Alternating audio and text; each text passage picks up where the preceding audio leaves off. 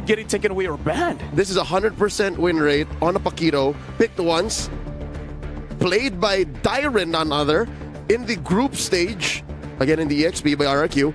You're right, there's it's an odd pick. Experience the use. Why? Against the CC, maybe?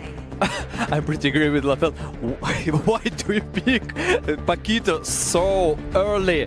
You got plenty of time. There is 1000% nobody gonna ban it, and still they want this combination. They want an aggressive movement, and I think, by the way, it's still flexible.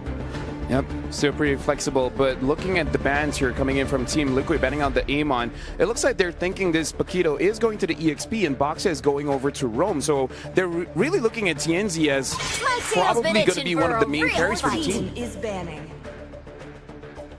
TNZ still has a couple left. Again, the Guinevere, as mentioned, still possible to pick. I don't think they're going to let him pick the Hayabusa, so it's going to be Amon Hayabusa again. Maybe it's Paquito jungle. What do you think about it? It's been years since we last saw Paquito jungle. Yes, but it's been years since we saw Atlas. Gushin, you know? You know what? You got us there. You got us there. Pretty good point. Pretty good point here. So now in Team Liquid, find a ban. In the previous game, they banned out the Hayabusa. Will they do the same? Because they're going to be the ones picking after this. So, hey, maybe open up for yourself so that you can take it away. Right now, we're only seconds away. It looks like the final ban is going to be Hayabusa. They're going to open it up. They're banning out the Hayabusa. So that does mean that they have some other options in the jungle here. The question is, what? Tlph can play almost damn near anything in the jungle, right? But what is left in the metagame that deserves to be picked here? Fredrin's still out there. Assassin is the Joy. The Joy is still out there. Fredrin looks better, actually, for me. I think the utility jungler should help them. You know, you want additional crowd control, you want additional sustain for Liquid, for their composition, you want long fights. Right now for Aurora, the final bans here, they ban out a Roamer, they ban out a Kalia, making sure that there's no way that they can start the fight instantly. And now looks like they're banning out the Badang as well, making sure that their frontliners doesn't get punished. TL has an option of picking up the Roamer or the jungler here. Kind of feel like picking up the jungle will deny and actually force out maybe this Boxia to eventually go to the jungle, which, you know, it's a good pick. But is it a pick that Aurora is comfortable with on TNZ? For now, Aurora got 3 flexible picks. Actually, 3 heroes, and all of them can go anywhere. Okay, not anywhere, but for the several lanes. Yes, multiple lanes, absolutely. Team Liquid should understand it, and they should understand that Aurora making surprise. They're tricky guys. Coach RC, Coach Tic Tac, forced to wonder. That's the Roamer right there. Team Liquid Philippines lock into Matilda, put it into the hands of JP. So we don't know what Tlph is going to play. Here's the thing. I would feel weird if it was a Fredrin. Fredrin Matilda's a good combo, but I don't think that's enough damage for them. Aurora, pick up the Angela, often banned here in the metagame, alongside an Irtel. So we now know where everyone's going. Actually, still questions. Baksha can go to XP lane, and Paquito can go jungle. I think it's Baksha jungle. Yes. Safer that way. It's safer, but still, it's Aurora, you know? You're right. They can do everything, and they making surprises. And maybe they're trying off guard Team Liquid. See value in me? Oh, you see the value in him? You should. The Fredrin gets picked up here. So, again, I kind of feel like it's still okay because CC can still deal damage, same as the Granger. And hey, deceptively, even the Jushin. What are your thoughts, Leo? It's all in on Ohib. He's the only real reliable source of damage, but you're right, there is some damage in the CC, some finishing power in the Jushin. Destroyer. I see your face, you're still confused. What is Aurora doing? Yes, but I like it. And you know, I'll tell my predictions. Okay, I like the combination with Matilda and Fredrin, but still I'm gonna say it's Aurora. Hey, you know what? I like it. Speaking of things that I like Atrex and Mirko, so I want to hear their voice to cast this one.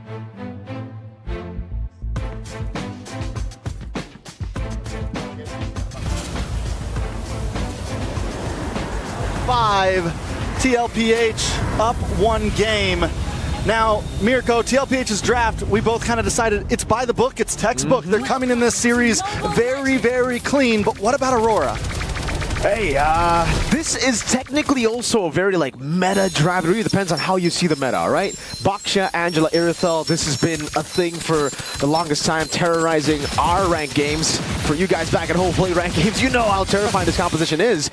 But Tlph just have so much disengage, so many ways to kite away. Like, just look at their movement abilities. This could just be the downfall too. If they are able to bait some big resources over, it could change everything. But here's the real question. What about the Paquito? That's the spice in all of this, right? That's the question on our minds. We saw it picked before by Dyron on Nick ID. It did well against my home team. It did very, very well. I remember it. It's in my memory. Well. But, you know, how do we feel about this? Man, I agree with Tlph. I feel like it was too early. But I guess they wanted to really just hide the Angela for the later stage. So it really comes down to that. I'm a big fan of the Paquito. Now it's Flicker 4 from Apex. Sign up Sanford up top with the vengeance already used up. Tlph walks up to Lunar. Trying to go for the kill, but the guiding wind gets Sanford to safety. And it will be, I guess, a win for TL. They baited out a Flicker from Apex. Yeah, 40 the Kid gets away with just a sliver of health there. I think the big thing about this Paquito is if it can go deathless for a little bit, get to that level 4 power spike, get to a little bit farther even. He can find the angles. It works as a possible type of assassin. It can close the distance onto the Jushin without having to deal with what they dealt with last game, just getting tossed around. So there are possibilities there. But where Aurora, where we've seen them mess up is the execution. So can they execute this composition correctly? It really depends on how the Paquito gets to be played here. I agree with you. Now into the mid-prio, TL actually just having the prio over. Goes in, that's gonna be traction pulse, someone does a kill over. That's Sanford locked down, has to run away. Carl still winning out the red tree battles as he goes in for the taunt. It's a two-man Lancer flip with a knock-up. TL, just get the turtle and back away. Even in the midst of chaos, the young GOAT able to always secure the retry. This is something that Team Liquid, I think, prides themselves on, the ability to get those first turtles. Their rate is through the roof. Rosa in a little bit of trouble. No flicker used. Rosa just took it. Accepted fate. Yeah, JP. Luckily for Aurora, they don't really lose too much because it's JP who got the kill. It would have been real bad if Oheb got the death Sonata. Look at that damage. Paquito. Yeah, on the note of Paquito, it's a very high-level hero, right? Like, it really comes down to how you execute it. So if he gets an angle to somehow dive on Oheb, get Sanji low in the fight, it'll be massive. But if he just goes pure front to back, I'm not really a big fan of that. Tianzi, shield unity up. Just the battle of mid. I mean, you could even say that picking up the more damage dealing the XP laner makes up for the lack of burst in your I guess no, they went for, I mean, you just kind of make up a bit for picking up the Angela. Angela, I feel like, yes, you get the sustainability, but you always kind of give up either a high set roamer, something of that nature. So at least you have something here. I think it could also pair well with the Angela. But still, yeah, definitely a risky pick, and it's all going to be about the angle that we see Lunar come from. And speaking of angles, Team Liquid looking for one on the Siggy Boom here. Two-man gank down below, a guiding win for Oheb. Tianzi with a Baksha. Shield unity forward, traction pulse, force on Oheb to use the flicker. But again, so much movement. Like I said, they just have too much. It's so hard for Aurora to really force out these fights because, hey, you got a guiding win. You got 2 blinks on Sanji. Oheb always has the good old flicker. Now it's down, so that could be a way to punish with the Paquito later on. Good trade by Sigiboom. Once again, though, do they need to look for those big fights here, right? Could they just kind of play this patient? I think anytime you have the mid lane Kimmy, you always have time. You know, if you can push a bit far back, you have an advantage. Not to mention Airthel as well. You're looking for those big burst items. You're looking for that crit damage. Moving on Turtle, though. Yep, shield unity to cancel that out. Carl still walking up. Now Turtle can be reset now as that's going to be Sanford in the front, zoning everyone away with it. Carl wins the retry battle. Tianzi with retry a bit too early. Attraction pulse to disengage, and it is yet another win for TL. They're going for the purple buff straight. Yeah, this is the thing about Carl Tlph. Not only in the Fredrin as well, right? It makes it look easy to be able to walk into a turtle pit, get the stun real fast, hit the retry, and take it. A purple buff also now going over to the side of Team Liquid. We're 5 minutes in, almost a 1.5k gold lead. Aurora Gaming, I think they are at least playing it slower here, but they got to staunch the bleeding maybe a little bit more. The thing is, do they want to play slower in game 2? That was game 1 strat. Sanji, Lantern Flare on 2. Forcing to flicker around. Carl Tlph with a taunt now. Over to Rosa. It'll be Tianzi going for the shield unity. Oheb in the bottom lane. Tianzi walking up, zoning them from the turret to save Tier 1 down below. Still though, I think they kind of want the lead early this game, unlike game 1. Game 1, they had a composition where they get a big power spike mid to late. Here they do have heroes that get the power spike mid to late still, like the Kimmy. But, Liquid could very easily just match that, you know? Sanji caught again. That's going to be the shield unity again, but the guiding wind is right there. Sanji still has a flicker. It'll be a few more shots over.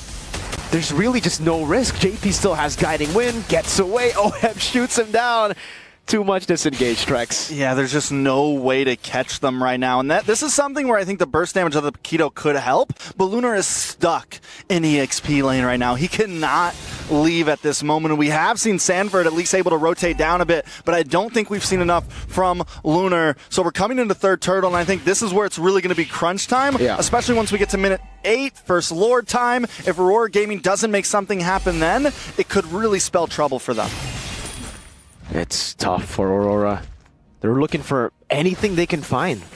And they can't really find much right now, not even a power spike, as Leo has just reminded me in, in the chat. TL, 2,000 gold lead, again, just going for the turtle. And this is so difficult for Tianzi, dude. He tried predicting the gold's retry earlier by retrying early, thinking Carl would go for the stab into retry. But then when you try to read him, he just goes for the classic, nah, I'll just wait for you to retry. So calm, so composed, and now Tianzi won't even get an angle to go for the steal. He goes for the shield unity, and it gets cancelled out. Now a 2-man stun. That's going to be traction pulse in the back, and another lantern flare over to Lunar, locking them down. Sanford the Vengeance just zoning them in the back. Heart Guard used up. Aurora are not dealing any notable damage to TL. They're just holding their ground with the healing of Mathilda. Yeah, the healing of Mathilda, I mean, it's overall Team Liquid, when they get grouped up like that, when it's all 5 of them in a circle, Aurora Gaming unable to do anything. Lunar, we wanted to see this Paquito find angles. Instead, he came for a much more direct, just kind of walked in, immediately caught by the Lantern Flare. It's a problem. Aurora Gaming has to approach these fights a lot different. Dude, if we were talking M3 Paquito, then yeah, you're great at chases, right? You have that reset constantly. I just remember Edward chasing Mobazane down for a long time on a Paquito. But here it's different. Like in this patch, it's different. Paquito is kind of like what you said, a burst hero.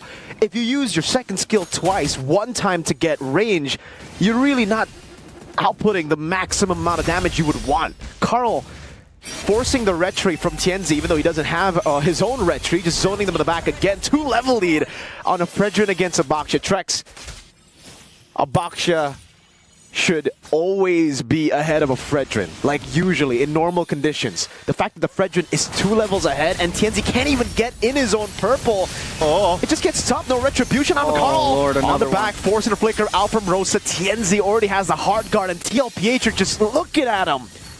Carl Tlph just walking up in the jungle, taking whatever he wants. That's 2 purple buffs now, stolen away. We're wondering where that level gap is coming from. There it is.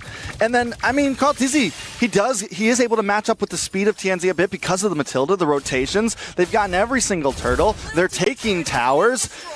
It's not as bad as last game, but it's still very, very bad.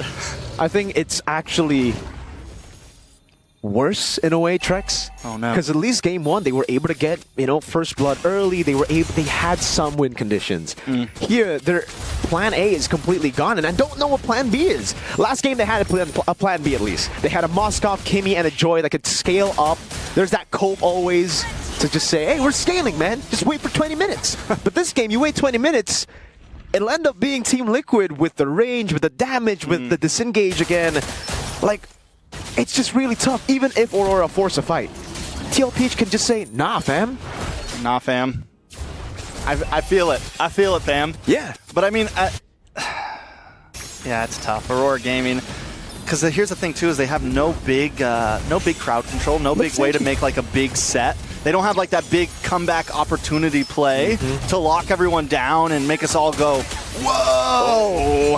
TL are the ones making us go whoa right now. That's a flicker burn just with a light on you, man. Sanji really lighting up the way for the team. And he has 3 flickers, brother. Sanji. He has Crimson Beacon, Flicker, the real one, and then a Guiding Wind. How are you gonna catch the Zeus in? This is why there's 0 kills on the side of Team Liquid, 0 deaths on the side of Team Liquid right now. They are all untouchable at this point, and as they escape more and more with this gold lead, it's just going to become even harder. 3-man taunt over. Sanji walking up as well, getting the Lancer Flare, pulling Apex back for the Filipino sniper to get the shot down. Appraiser's Wrath, another kill over to Oheb. It's a double. Sigibu with a heavy crossbow will just fall again. Oheb with a triple, looking for the Maniac. Rosa with the Flicker out to base. Now it's a full taunt over. Oheb's a Maniac. Oh, they're going for it. They're going Will deny the Savage, but TL we're never looking for it. They just wanted